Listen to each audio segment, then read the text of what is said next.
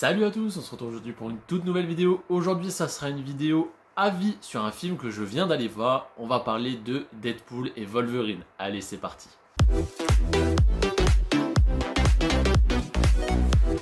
Alors, donc dans cette critique aujourd'hui, je vais faire un petit peu différemment par rapport à d'habitude. Je vais vous faire une partie no spoil, une partie spoiler, où je vais parler un peu plus en profondeur du film.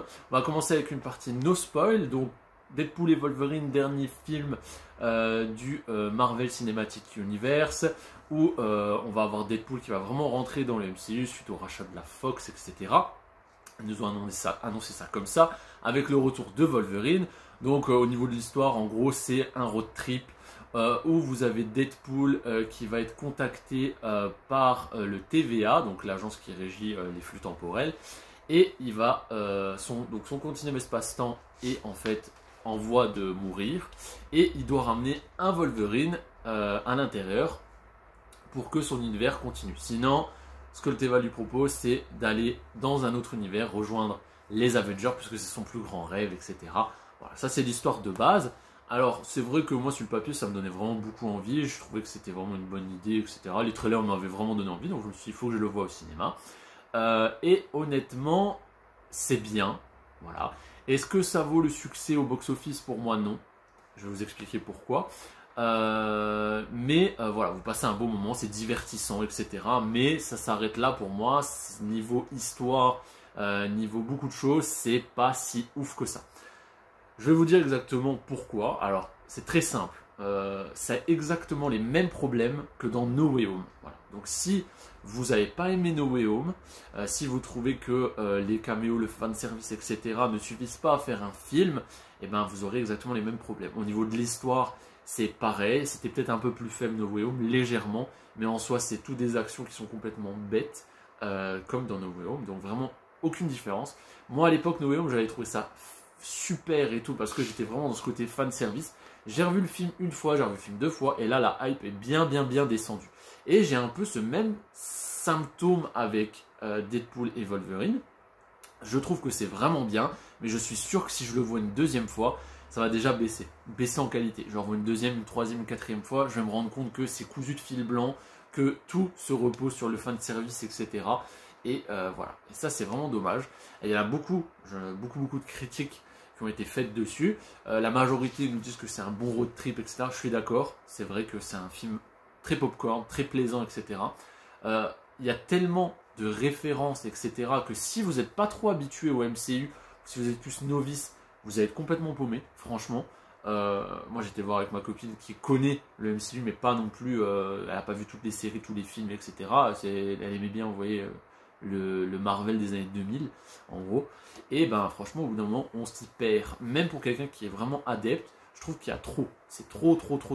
Alors, attention, hein, je dis pas que le film est mauvais, je dis juste que il y a le même problème que dans No Way Home. Ils ont voulu trop en faire niveau caméo, et tout le film repose sur ça. L'histoire est trop faible pour moi. Voilà. En gros, voilà mon avis sur le film. Pour vous faire une idée, je mettrais quand même un bon 14 sur 20. Voilà, en gros, ça serait comme ça. On va passer à une partie spoil, où je vais un peu plus détailler les trucs que j'ai aimés et les trucs que j'ai pas aimés. Allez, on va voir ça. Alors, partie spoiler. Alors, bon, déjà, niveau histoire, je vous ai tout dit, hein. Voilà, c'est très bien. Il faut quand même préciser que le film est interdit au moins de 12 chez nous. C'est un film rated aux États-Unis, mais chez nous, c'est moins de 12. Donc, niveau gore, etc., il y a quand même pas mal de scènes qui sont très cool, très bien foutus, surtout avec justement deux protagonistes comme ça, où les deux sont invulnérables, donc il y a beaucoup de scènes de baston entre les deux, etc. Donc c'est plutôt bien foutu à ce niveau-là. La scène d'intro qui est vraiment exceptionnelle, où vous avez Deadpool qui essaye de chercher Wolverine, il essaie de le déterrer, etc. dans son univers, mais évidemment il est mort, donc son squelette en adamantium. Il s'en sert pour se battre contre le TVA, beaucoup de scènes gore, etc. Il fait en même temps une petite danse du groupe de Justin Timberlake. Enfin vraiment, il y a plein de trucs qui sont très cool. C'est vrai que la scène d'intro vous met vraiment dans le film. Et puis vient la partie beaucoup plus molle. On va dire que le film est coupé en 4 actes. Donc cette intro avec le début de toute l'histoire, etc. La partie où il est au TVA, où il va commencer à aller dans les différents univers. Cette partie-là qui est restée quand même sympa. Il va aller dans différents univers pour chercher un autre Wolverine pour le ramener chez lui. Et cette partie est très très cool, hein. Donc on va voir plein de petits caméos. Vous avez un Wolverine comme dans les comics avec son costume brun. Vous allez avoir un Wolverine fait par Henry Cavill. Vous allez avoir plein de Wolverine, etc. Donc il va virer de différents univers. Ça c'est très très cool. Et puis il va trouver son Wolverine qui ressemble un petit peu, en tout cas physiquement, etc. Mais qui dans son histoire n'est pas du tout la même que Logan, évidemment. Puisque là, il est tout simplement un peu dépressif, un peu alcoolique, parce qu'il n'a pas été présent pour les X-Men et ils se sont fait tuer, concrètement. Donc voilà, vous avez cette deuxième partie où il commence à le faire revenir, etc. Donc ça va encore, mais on sent déjà que c'est un peu plus... ça commence un peu à s'essouffler. Et là, on est déjà à 40 minutes de film, vous voyez. Et puis ensuite commence leur espèce de road trip où ils vont essayer d'aller voir le TVA pour lui dire bah voilà, regarde, j'ai récupéré Wolverine et tout, on peut sauver mon univers, etc. Et puis bah évidemment le TVA, parce que c'est un mec un peu véreux, il va l'envoyer dans la décharge du MCU, on va dire, je sais plus comment, le Vortex, je crois que c'est, le Vortex, ça doit être ça. Et là voilà, ça va être caméo à gogo. Caméo à gogo, vraiment. Alors il y a plein de trucs où j'ai été surpris, comme par exemple, vous avez le retour des 4 Fantastiques, vous avez le retour de Blade, le retour de Elektra, vous avez Gambit qui est incorporé, vous avez plein de trucs comme ça. Donc ça c'est côté caméo à gogo, où vous avez l'agence Vortex avec plein de références à la Fox, donc avec le logo de la Fox que vous avez vu dans la bande-annonce, mais plein d'autres choses. Voilà. Je peux même pas tous les énumérer parce qu'il y en a énormément. Vous avez plein de X-Men qui reviennent comme Pyro, vous avez Dents de Sabre, enfin bref, il y en a vraiment beaucoup. Je vous passerai, il y en a qui le font beaucoup mieux que moi pour vous expliquer tout ça. Là, c'est encore la partie où je dis ah cool. Vous voyez, moi dans le film encore, j'ai pas encore le déclic de dire putain, mais c'est exactement No Way Home. Là, je suis dans le cool, ah ouais, cool, il y a lui, et puis on essaie de retrouver, etc.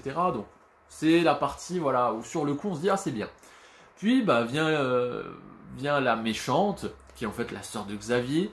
Déjà, moi, j'en avais jamais entendu parler avant, donc voilà, elle est incorporée vite fait, quoi, en 2-2. Ses pouvoirs sont très sympas, ça, il n'y a pas de discussion là-dessus, c'est bien foutu, etc. Pas de problème. Puis vient le moment où ils doivent retourner sur la Terre de Deadpool, je crois que c'est 1001 ou 1100, je sais plus. Et puis là, encore une deuxième phase. Donc là, je trouve déjà c'est long, hein. Franchement, à part les caméos, etc., les dialogues, etc., c'est pas terrible. Il nous parle vite fait de Daredevil. Donc Elektra qui parle de Daredevil, parle du Punisher, mais qui disent qu'ils sont déjà morts. Alors je me suis dit, voilà, c'est pour raccrocher les wagons, vraiment pour se dire, ils sont pas là, on n'a peut-être pas eu les acteurs, etc., mais c'est dans le même univers, hein, au cas où, voilà, ils sont morts, mais voilà. Alors, raccrocher les wagons. Ensuite, ils retournent sur Terre. Là, il y a toute une armée de Deadpool qui arrive, ça aussi je trouve que c'était une scène cool, c'est assez drôle, c'est une des scènes je pense les plus drôles du film. J'ai rigolé quand même plusieurs fois, hein. C'est quand même assez bonne ambiance, etc. Mais c'est vrai que j'ai rigolé quand même plusieurs fois à cette scène là qui est très cool avec plein de Deadpool. Je trouve qu'il y en a quelques-uns qui sont vraiment mis en avant et le reste c'est juste des Deadpool bis. Vous avez un Deadpool gros, vous voyez, vous avez un Deadpool plus mec, d'autres qui est un petit peu plus zombifié, enfin voilà. Vous avez quelques variantes, mais il y a surtout Ladypool, Babypool, Dogpool. Ça, c'est vraiment ceux qui sont mis en avant, quoi. Et puis voilà, l'affrontement avec le TVA ou les continuums, etc. Il faut pas qu'ils se séparent pour détruire les différents univers. Enfin voilà. Ça, c'est une scène qui est censée nous faire un peu pleurer en pensant que les deux héros vont mourir, etc. C'est un peu cousu de fil blanc. On sait très bien qu'ils vont revenir tous les deux. J'ai pas parlé du costume de Wolverine, c'est vrai que j'ai omis ça. Très cool. Franchement, ça c'est un des points forts. La bande-annonce, on le voyait, et puis à la fin, on voit qu'il met sa capuche avec justement le haut du masque. Ça, c'est un point très positif. Je trouve que le costume est vraiment bien foutu. Je suis très content de retrouver Hugh Jackman dedans, hein. Franchement, il n'y a pas de souci, c'est vraiment la force du film. C'est pour ça qu'ils ont appelé Deadpool et Wolverine. Si ça aurait été en forme de caméo dans les 10 premières minutes, je pense que ça aurait perdu. Là, on sait qu'on va avoir un road trip entre les deux et c'est ça qui aura fait venir les gens, et moi le premier. Donc, voilà. Puis vient la fin, tout simplement, où tout va bien, les deux sont ensemble, ils ont retrouvé son univers, etc. Et c'est clairement ouvert à ce qu'ils arrivent dans le MCU, clairement. c'est pas encore clair à ce niveau-là. Il nous annonce vite fait que voilà, les deux sont dans un univers, ils vont peut-être pouvoir en voyager, puisqu'ils incorporent le TVA et tout, mais on sait pas encore. Donc là, c'est vraiment juste une introduction à ce qui pourrait arriver plus tard. Pareil pour tous les X-Men, hein, puisque tout va être ensemble. Donc voilà. Concrètement, le film, bah, comme je vous le raconte, etc., c'est des bons moments. Je trouve qu'il y a quand même, je vous dis, il est coupé en 4. Le premier très bien, le dernier très bien aussi, à partir du moment où il retourne sur Terre. Et puis à part si vous enlevez les caméos, c'est très plat, l'histoire avance pas trop, c'est pas super intéressant, je trouve, c'est pas le plus intéressant en tout cas. La méchante sympathique, sans être incroyable, je trouve qu'elle a incorporé vraiment vite fait. Si vous connaissez les comics, bon, bah, voilà, peut-être que vous connaissez, etc. Mais pour quelqu'un qui est néophyte, franchement, c'est incorporé vraiment à l'arrache, voilà, clairement.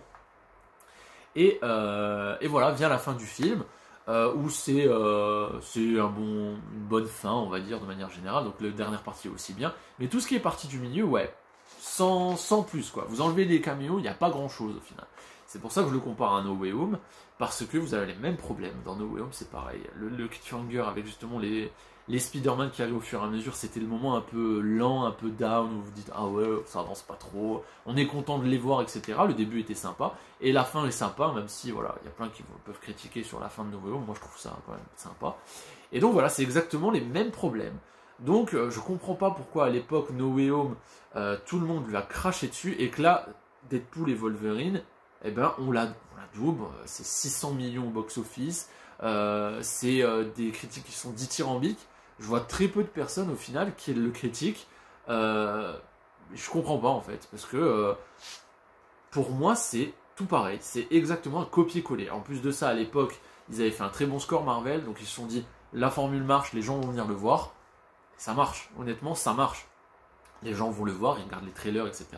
Et tout le monde est dithyrambique dessus en disant que c'est un super film. Et moi, je vois quand même beaucoup de problèmes. N'hésitez pas à me dire dans les commentaires si vous l'avez vu déjà, si vous avez apprécié ou pas. Évidemment, ça représente que mon avis, hein. Je ne suis pas du tout comme la majorité, puisque je vous dis, il y a très peu qui l'ont critiqué. J'ai vu quelques critiques sur Twitter, une ou deux critiques sur YouTube, et c'est tout. Le reste, c'est vraiment dithyrambique. Donc voilà. N'hésitez pas à me dire, vous, ce que vous avez apprécié ou pas, si vous êtes d'accord avec moi ou pas. Moi, je vous dis à la prochaine. Allez, salut.